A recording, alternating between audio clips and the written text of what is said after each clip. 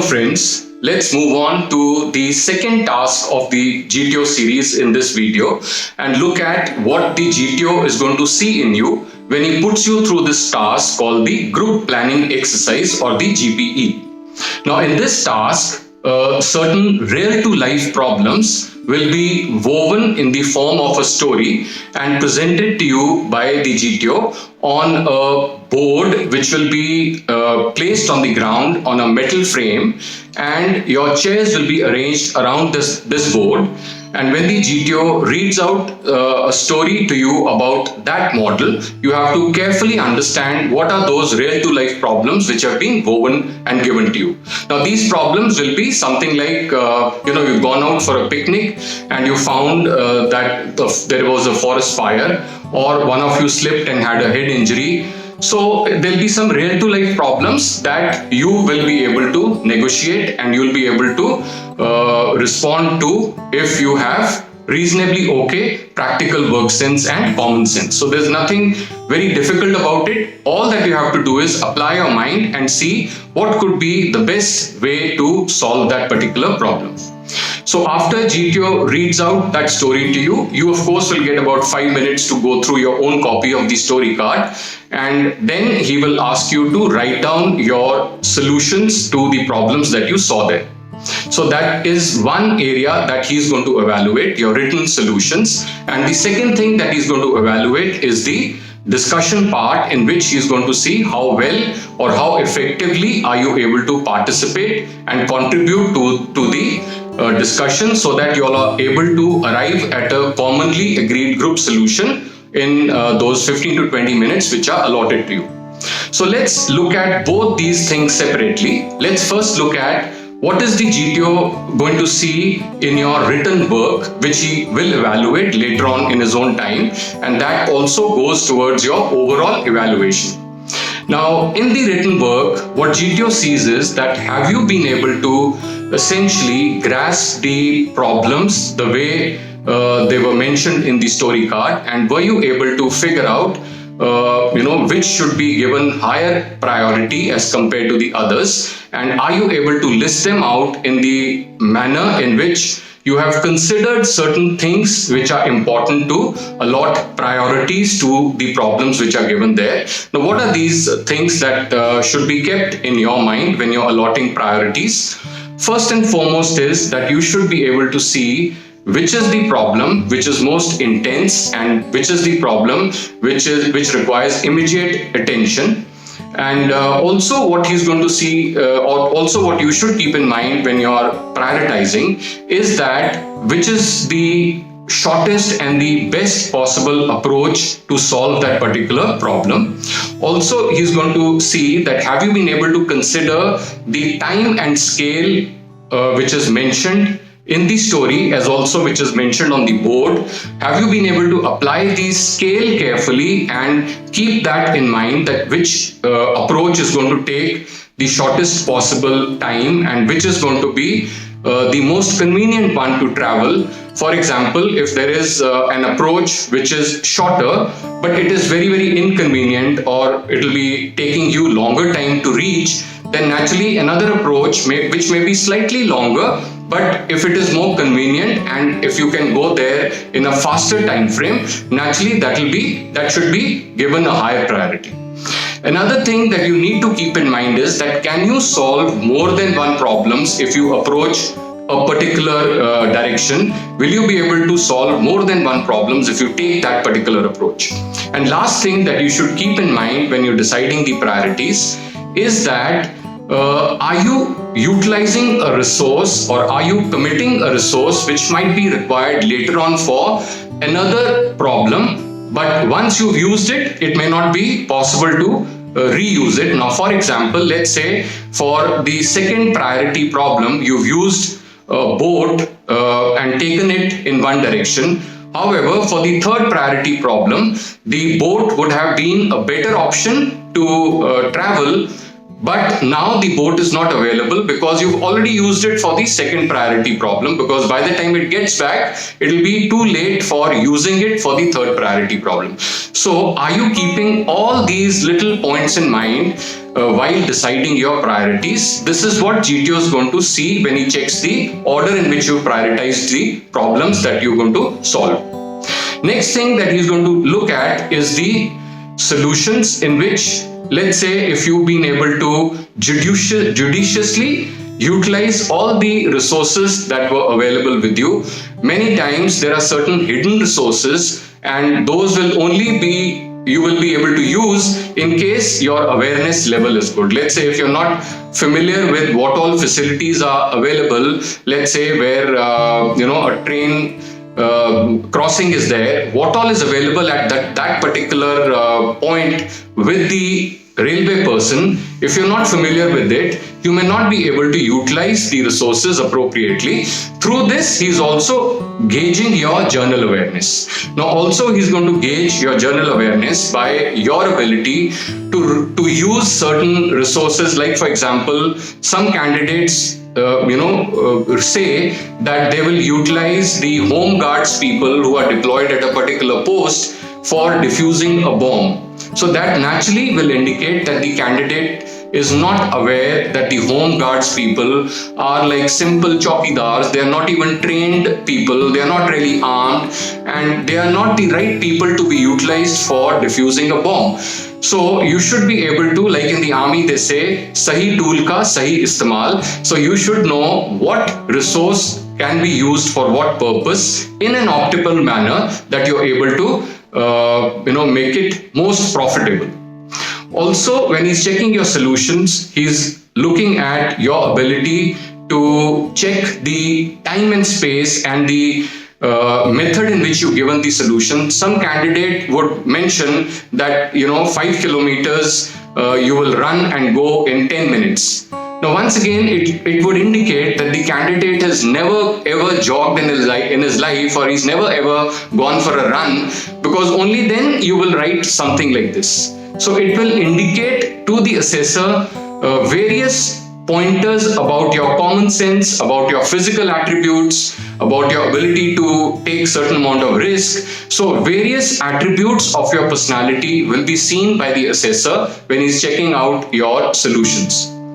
And of course, lastly, what he also would like to see, that have you been able to keep the original aim in your mind, or if there is any kind of restriction given to you that your hostel warden has asked you to get back to the hostel by a particular time. So could you keep all those points in mind when you were writing your solutions? Because many times candidates lose track of what was your original aim. If, let's say, your original aim was a picnic, then naturally after solving all those problems, you should have got together at some common meeting point and gone back for the original aim, which was the picnic, to enjoy the picnic. So at the end of your solutions, have you been able to mention that as well? This is what GTO is going to evaluate in your written work. Now, once the written work is done in about 10 minutes, he'll take your written solutions from you and he'll check it later on in his own time. And then he will give you about 15 to 20 minutes to carry out a discussion and come to a commonly agreed group solution. Now, what he's going to see in this is your ability, besides all those things which we have discussed in the previous video about group discussion.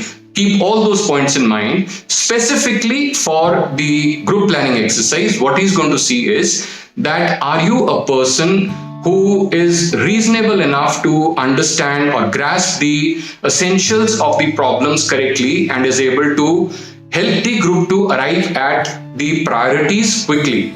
So many people kind of thrust their views on other people by saying priority 1 will be so and so, priority 2 will be so and so, without even giving a chance to other people to know whether it is all right or not. So ideally, you should propose to other people that I think we can give the highest priority to that friend who has got injured, because it is a head injury, and unless we quickly hospitalize him, he is likely to it can get aggravated. So therefore, Are you able to ask other people rather than tell other people what should be your priorities? So when you're listing out the priorities, he will also be seeing as at your practical work sense, or how practical are you. Also, he's looking at your logical reasoning, that with what kind of reasoning ability that you possess, that you're able to convince other people with your points.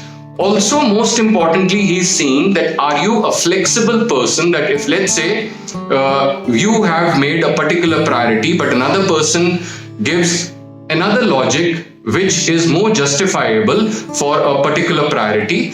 So there is nothing wrong in agreeing to that person if you understand the logic. So that would also mean that you're a flexible person and that your logical reasoning is good, because you can understand another person's logic. That is a positive sign, rather than digging in your heels and saying that whatever that I've written should be taken as gospel.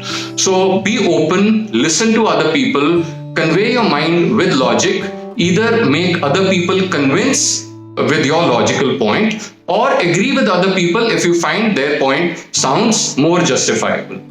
So the initial part, when you're deciding the priorities, go one priority at a time rather than giving a final take on all the 4-5 problems that are there. So go one at a time and ask others if that is okay, then move to the next one, then to the third one. So this is what GTO is very carefully seeing, that how are you able to engage other people and convince other people with certain priorities that you've thought of. So naturally that would show that you are an effective person in this team.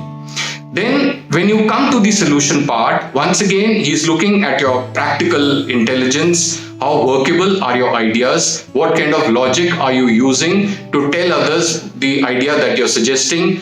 Have you been able to judiciously earmark the manpower for that particular problem? Let's say if a problem requires only 2 people and you're sending 3 or 4, that will not be justifiable, because you might require that manpower for some other work.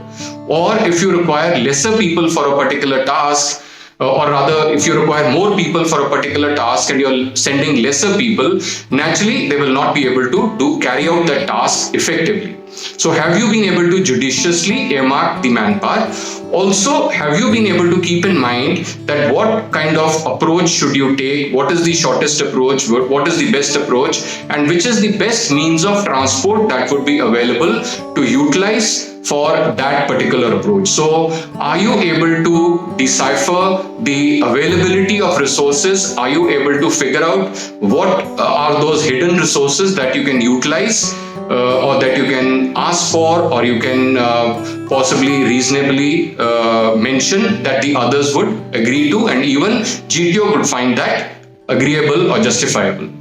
Also, he's looking at your ability to read the scale and time and space carefully, because unless you keep this in mind, unless you understand that it is the time which is required to solve the problem is more important than the time which is mentioned in the solution or in the story card. So many times there is a particular time mentioned in a story card that a bomb will explode at so and so time, whereas in another place some train will get derailed at a particular time. Let's say if both of them are happening at the same time, and the distance also, let's assume, is the same, you should now be able to carefully understand which is going to take longer time to solve. If, let's say, the traveling time and the time at which it will happen is same, then what is going to be uncommon is the imponderables which are involved. Let's say in the train's case, you have to simply go and tell the station master to not move the train, whereas in the other case, there are a lot of imponderables involved, like in terms of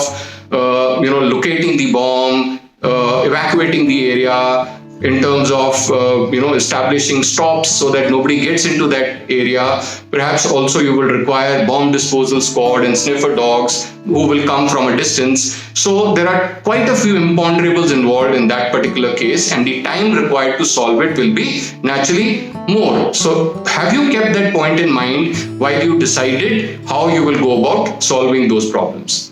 So could you club your resources? Could you club solutions to certain problems? So all these are going to be carefully seen by GTO when you are discussing the solutions with each other. Now, once again, he's also looking at, are you a person who's overbearing or who's trying to thrust his point of view on other people? Are you a person who's not receptive to other people, who only likes to speak rather than listen to others? So all these are indicators of a person who's self-oriented or who's selfish, and he doesn't care for other people. He's not sensitive to other people. So you've got to be a group-minded person. That is essentially what the GTO is going to see.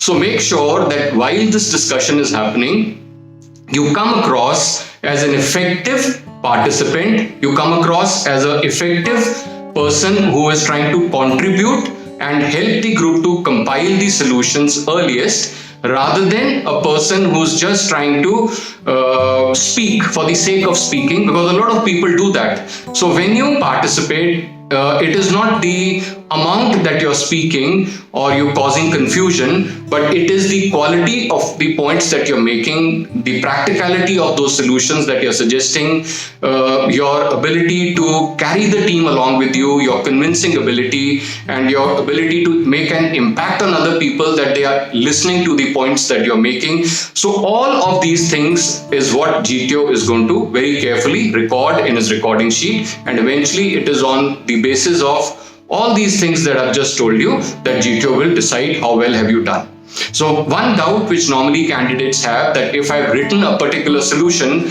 can I change it during the discussion? Yes, of course, if you find that another solution or somebody else who's presenting something sounds more logical, there is nothing wrong in agreeing with that person and changing your plan, because the discussion part, primarily the GTO is seeing the ability to help the group to compile the story, your ability to contribute in a constructive manner. So don't worry if your solution was something else or one odd solution is not matching with what the group is talking about. You go along with the group in that case, unless you are able to convince them what you wrote was a better idea.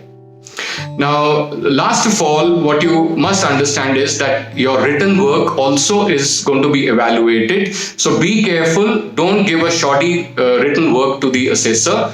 Make sure that you properly format it, put it under certain headings, and so that, in one glance, he's able to figure out how you presented your plan.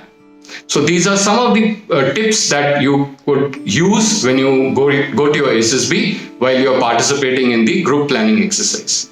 All the best. Take care.